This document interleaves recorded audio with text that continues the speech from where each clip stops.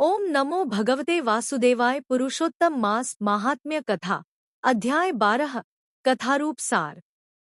सूत जी बोले, हे मुनिश्रेष्ठ, अब मैं आपको उस कथा का सार सुनाता हूँ जिसमें उस तपस्विनी कन्या के अगले जन्म, द्रौपदी के जीवन और पुरुषोत्तम मास के महान प्रभाव का अद्भुत वर्णन है।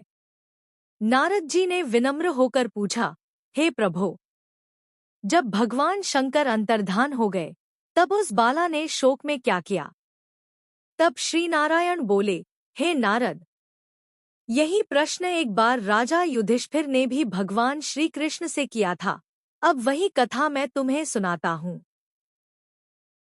श्री कृष्ण बोले, हे राजन, शिवजी के चले जाने पर वह कन्या अत्यंत दुखी हो गई। वह भय और शोक से व्याकुल होकर रोने लगी।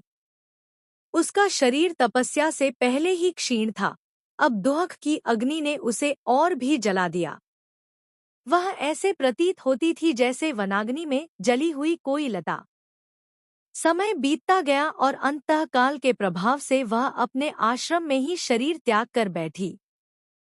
हे राजन, उसी समय यज्ञसेन नामक राजा ने एक महान यज्ञ किया। उस यज्ञकुंड से एक दिव्य तेजस्विनी कन्या उत्पन्न हुई। वही कन्या आगे चलकर राजा द्रुपद की पुत्री द्रौपदी के नाम से प्रसिद्ध हुई। पूर्व जन्म की वही तपस्विनी कन्या अब द्रौपदी के रूप में जन्मी थी। उसका स्वयंवर हुआ, जिसमें अर्जुन ने मछली की आंख भेदकर उसे प्राप्त किया, परंतु आगे चलकर उसे अत्यंत कष्टों का सामना करना पड़ा। दुर्योधन के सभा में दुःशासन ने उसके केश पकड़कर उसे अपमानित किया। उस समय उसने अत्यंत व्याकुल होकर मुझे पुकारा, हे कृष्ण, हे दीन बंधु, अब मेरा कोई नहीं, आप ही मेरे रक्षक हैं। प्रथम पुकार में मैंने उसकी ओर ध्यान नहीं दिया, क्योंकि उसने पूर्व में पुरुषोत्तम मास का अनादर किया था। परंतु जब उसने पूर्ण समर्पण भाव से पुनः मुझे पुकारा, तब मैं तुरंत वहां पहुंचा और उसकी लाज की रक्षा की। श्री कृष्ण आगे बोले, हे राजन, द्रौपदी मेरी अत्यंत प्रिय भक्त थी, परंतु पुरुषोत्तम मास का अपमान करने के कारण उसे कष्ट सहना पड़ा। जो पुरुषोत्तम का तिरस्कार करता है उसका पतन निश्चित है, और जो भक्तों को पीड़ा देता है वह मेरा सबसे बड़ा शत्रु होता है। इसके बाद श्री कृष्ण ने पांडवों को आश्वासन दिया कि वे उनके शत्रुओं का नाश करेंगे और उन्हें पुनः राज्य प्राप्त होगा। उन्होंने कहा, हे पांडवों, तुम पुरुषोत्तम मास का विधिपूर्वक व्रत और पूजन करो, इससे तुम्हारा कल्याण होगा। फिर श्री कृष्ण द्वारका जाने लगे।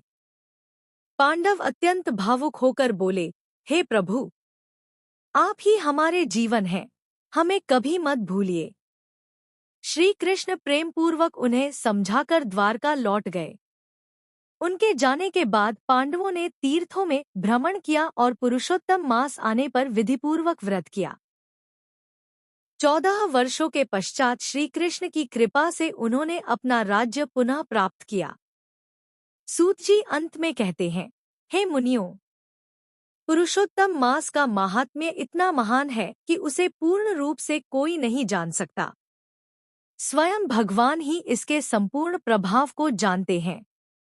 जो मनुष्य श्रद्धा और नियम पूर्वक इस मास का पालन करता है वही वास्तव में धन्य और पूजनीय होता है। पुरुषोत्तम मास महत्व कथा अध्याय 12 समाप्त। राधे राधे।